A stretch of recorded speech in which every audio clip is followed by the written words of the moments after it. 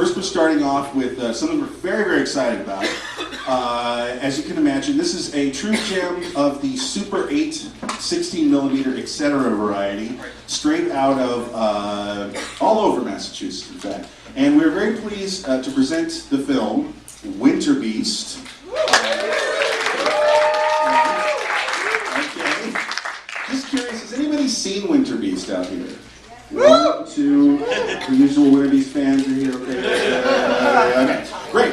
Okay, so yeah, we're gonna get down with Winterbeast, and it's not just a screening, but we also have a very special treat.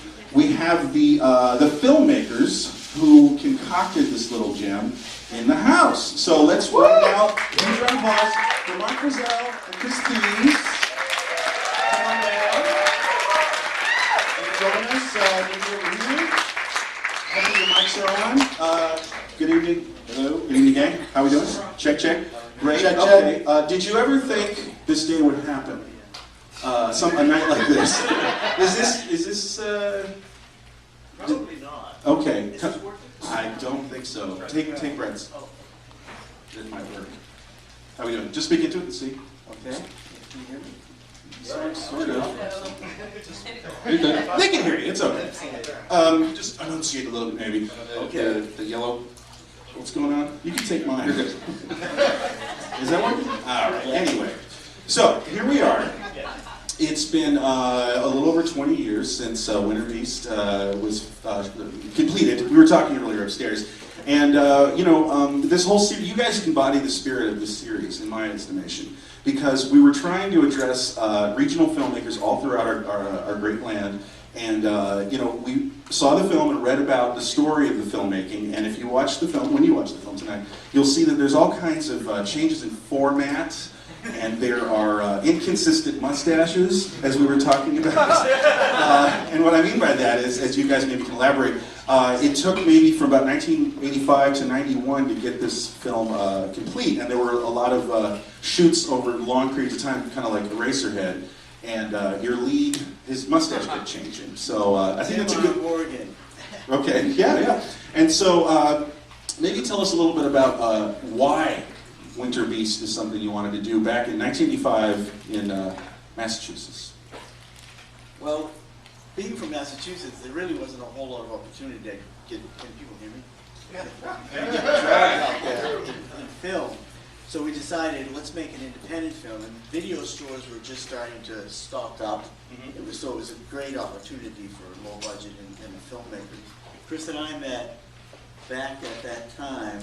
We shared a studio. We had a studio space. I know, it cost us $70 a month. Yeah, it was a huge old movie theater that we had as a space where you'll see all of the rickety-looking sets. Where was in this space? It was in Waltham, Massachusetts. Waltham, and that's just north of Boston. Just west of Boston. But yeah. West. And so we met there. Well, I'd seen something Chris had done on Super 8, where you were 20 and I was 28. When I looked at it, I said, this is pretty good, Chris. The only thing is... all the actors are 16 years old. And they're playing detectives and things like that. Yeah. So you thought maybe... I said, well, let's go get some real actors and try this, Do it again. One more time. And this was on Super 8 and Super 8. Super 8. How much was a reel of Super 8 to get done and processed? Well, when we started the movie, it was about $4, and when we finished the movie, it was about $8. So, so inflation got involved there. Again, I'm very excited about a movie like this that is sort of, I call it a patchwork film, where a little bit shot here, this way, and that way. And you say that all the interiors you're going to see here are sets. Are sets, and they're shot on Super 8.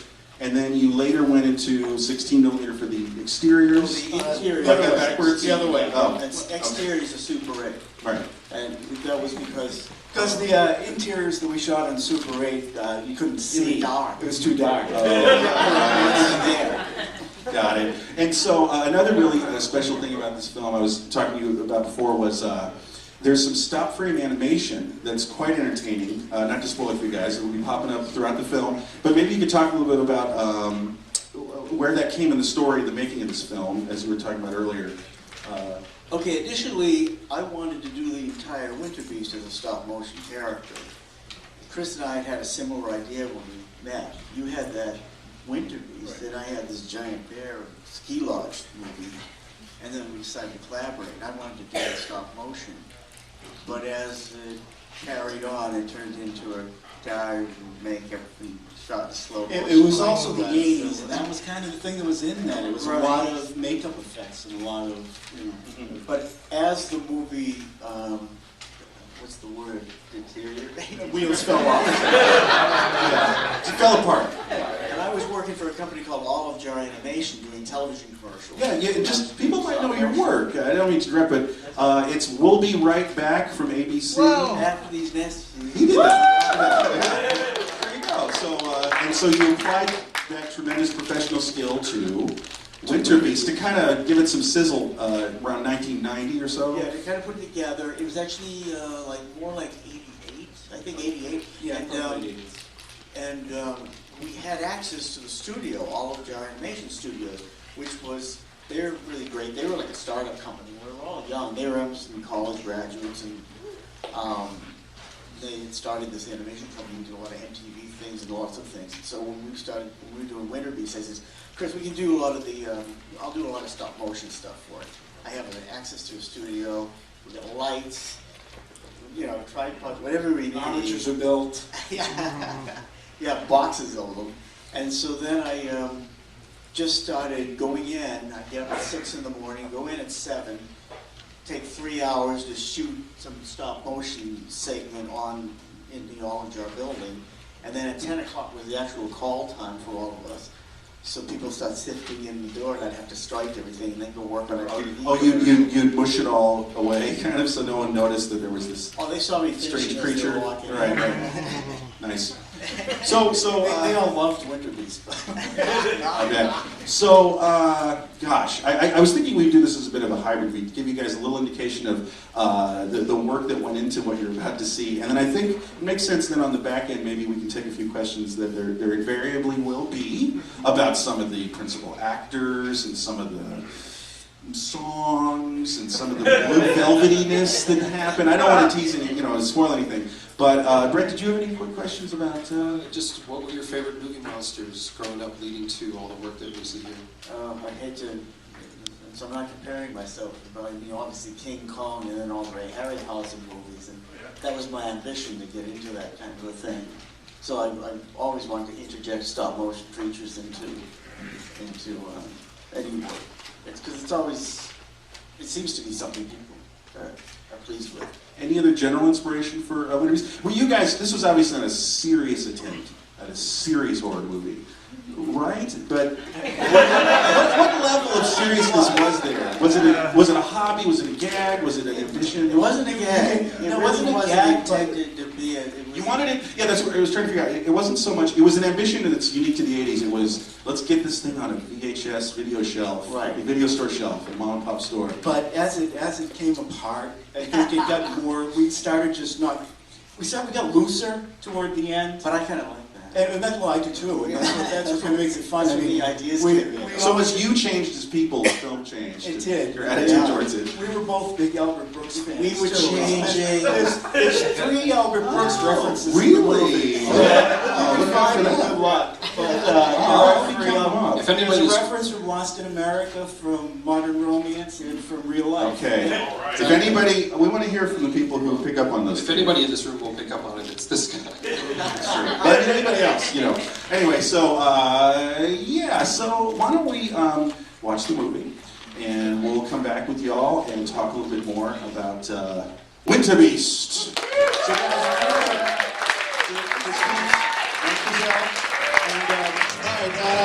Winterbeast! Now you can say you've seen Winterbeast! I like saying Winterbeast. Let's get Chris and Mark back up here. Did they leave? All right. Oh, well. Oh, there we go. Guys, come on. Explain yourselves. Let's hear about it. Once again, Chris Thies, Mark Frizzell. All right. Well, first I'd like to apologize to Massachusetts. Okay. You don't think you represented the state very well? We did our best. Okay. You did. In these terms, in this context, in this series. It was great. So, how long has it been since you guys saw Winterbeast? It's been a while. A long time. Yeah. Years. For me, years. Years. Because you put out the DVD in 2009, but Yeah. you didn't really watch it. You just Last time I watched it was when we did screenings in New York, okay. and that's last I 4 got years you. ago. Well, how does it More hold than up? that, yeah. What do you guys think of Winterbeast? It's hard to say because sometimes I love it and sometimes I hate it. And Sure. Sometimes it's. I think we all do. Yeah, oh, exactly. I have to be in the right frame of mind to watch it, and if I'm in the right frame of mind, I enjoy Totally. it. If I'm not in the right frame of mind, I have to turn it off because I can't take it. Oh, brother. Okay, I got you. Right off the bat, we'll open it up to the folks in a sec. I just have a personal question about the very theatrical actor that you utilize, that we talked about upstairs. Now, I must say that I was very impressed with his little set piece. I was referring to it earlier, the song and that he does, and it was reminiscent of Blue Velvet, which you couldn't have been ripping off because it was made in tandem with Blue Velvet. But that was a very intense scene. And I just want to know, who is this guy? What's the deal? Where'd you find him? His name is Bob Harlow. I don't know where he is now. It was a long time Not a ago. clue? No. Okay. I can guess he's probably dead. He's probably dead, okay. Well, here's to, It was a long time ago, and he wasn't that young. I hear you. Plus he had some problem with his head burning up. Right, there's that. That doesn't help. But how was he on the set? Like, was he charming? Was he a gentleman? Oh, Was he's he very, very professional? nice. I can imagine, Very yes. nice. Yeah. Did he like the movie? Was he into it? I don't think he ever saw her. Absolutely. Wow, God, I love this business. Amazing. So, and it's his only movie, right? You were telling me? Yeah, we I know. remember he was a Mormon, but he smoked and he drank. And he drank a lot of coffee. He didn't Tons of drink coffee. alcohol. Wow.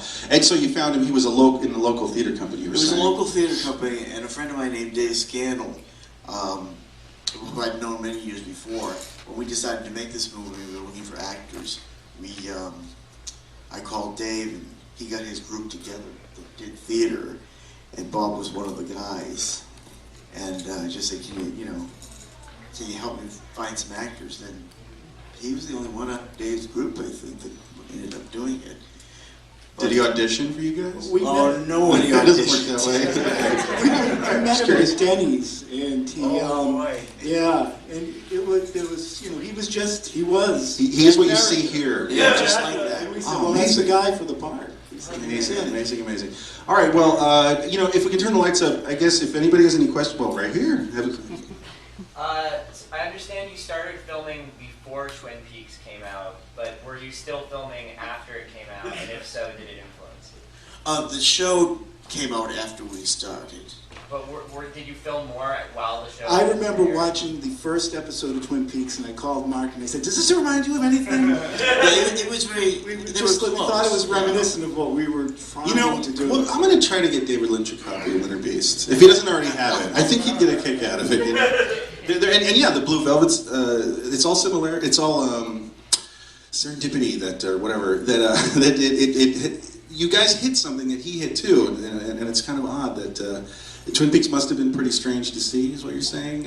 At the time, yeah, because it had that same sort of rural atmosphere and just weirdness about it that we were trying to kind of There seemed to be a lot at that time. There was Twin Peaks, there was that show Northern Exposure. Mm-hmm.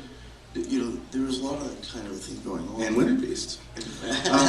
Yeah. So I just want to follow up really briefly. The reason I bring it up, and maybe this is a reference that I missed, it's quite possible, but there's the reason I brought it up is there's that scene where he says, "I thought I saw this in a dream over and over again," and then you do that composition where with their faces 3 in a row, which I thought was a Twin Peaks reference. Not at We all. shot that way Way before before Twin Twin Peaks.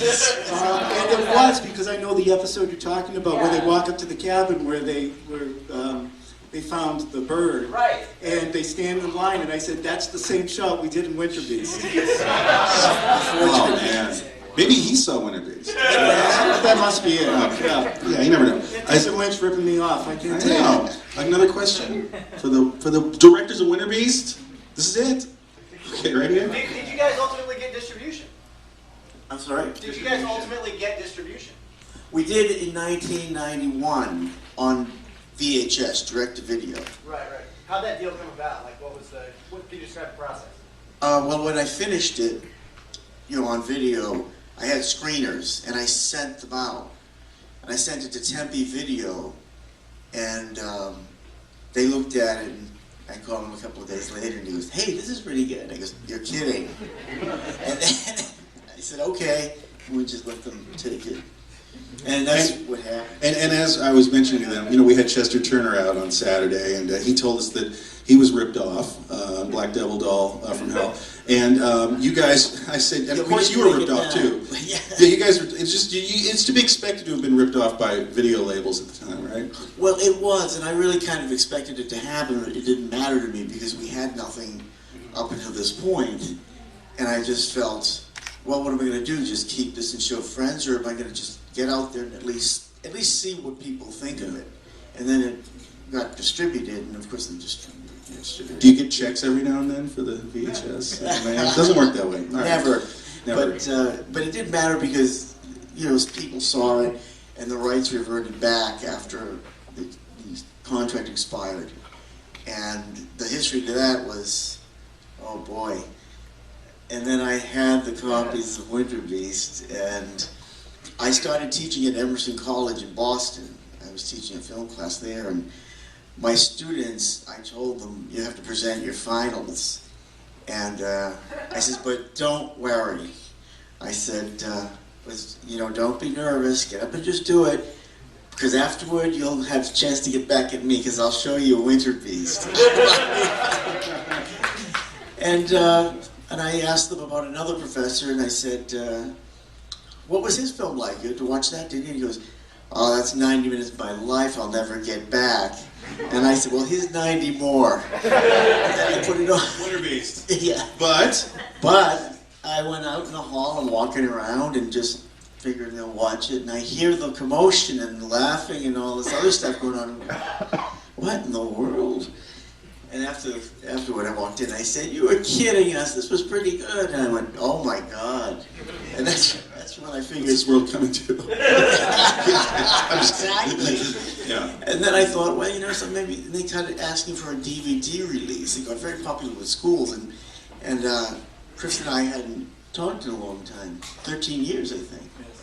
And then I got together with Chris again. I said, I want to do the DVD release. They're all asking, but I wouldn't have done it without you. So I said, let's get back together and do this thing. We put it out on DVD since we, you know, owned it again. And so that's how it got to DVD. And now it's on Netflix, actually. Yeah. You can get your own copy, or just. God bless America. God bless Massachusetts. How about one more question from maybe an aspiring filmmaker? Yes. Yeah, there were so many monsters. Was there just one Winterbeast, or were they just morphing? And was Sheldon actually Winterbeast? Right. No. There's three things into it. The production was it was going to be one creature, and it was going to be that big thing with the horns at the end. I wanted to do that in stop motion, and as it turned into a live action actor in makeup, I just said, okay, well that's fine, and I just was doing it like that. But as the movie kind of, you know, went south at various points because of lack of money, you know, and we were taking a long time. The best way to describe it is we never had more than $500 at one time at a time. And it ended up costing about $10,000, wouldn't you say? Yeah. And there was holes in the movie. And then I was thinking up, okay, I'll throw these stop motion creatures in. As I had mentioned before, I was working at Olive Jaw, and it was an animation studio, and I could make use of all that. In fact, some of the creatures actually taken from some of the commercials. Well, the skeleton that busts out of the guy's chest, and you know that rubber thing, that was actually used. That was made for a music video for a band called Dawkins.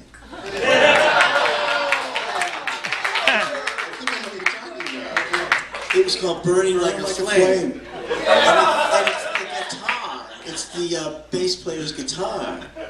And it comes to life in the video. And the video's on YouTube, so you can see it, yeah. And not only that, when he throws his guitar down and it breaks open, this four-armed thing comes out, and that's the totem pole in there too. So I was taking a lot. I just changed the head. Nicely done. Wow. Dawkins. I knew Dawkins was going to come up at some point. Right there. I recognize the real life reference and the modern romance, but what was the Lost in America? Lost in America was, Closest the closest I came to being a cop was a crossing guard. What do you Yeah, school? Have you ever seen one anywhere else? Lost in America. Very But he nice. was looking for a job. You know, the $100,000 box. Right. Lost in America. I see a hand over here. I noticed that the whole film was shot in the fall, so where did you get Winterbeast? Why not like Fall Beast or It was supposed to be in winter. Autumn Beast. But as, you know, again, when you're stuck and you just shoot when you can, some of it was the summer. It was shot in a lot of falls and springs and winter and summers. The only thing that wasn't in it really was winter, probably. Originally, there was a scene with snow. That was the first scene we shot, and that was the one where the guys were The guy's coming down the cliff. and there's icicles there. That was actually Yeah. in New Hampshire, and that was... And we were going to finish it all like in the next 2 months. Oh. Yeah. One more question, if there's one. Up front. Oh, yeah. Hey, I'm an Emerson alum, and I was wondering if with Winterbeast, if you did a lot of work with other film students. Oh, yeah, I have recently. As interns, you mean, or something? Yeah, well, I mean, also on the movie where the others like from film schools or other local. When you were making Winter Beast? Well, I hadn't started teaching at that point. I didn't start until '95 teaching at Emerson, like 10 years after we did Winterbeast. So I didn't have a lot of students on this thing. Did any of the people, were any of them going Emerson? Oh, some of them were Mass Arts students, and some of them worked at Olive Jar, and they were interns there from different schools. Yeah. But now we've just done another movie. What? Called, You two guys? We just finished it. What? You didn't tell me. What's that? It's called Hooked. Hooked. Wait, well, I'll have to get a copy of that. You guys got to show me. Maybe We'll keep you posted. We'll get over here. Yeah, absolutely. And let's wrap things up. You do have some posters, is that right? Yes. Did you want to give them away or something? Maybe an autograph or anything, posters? So, if you guys want to come out back, hang out for a little bit. One last time, guys, let's give it up. Chris?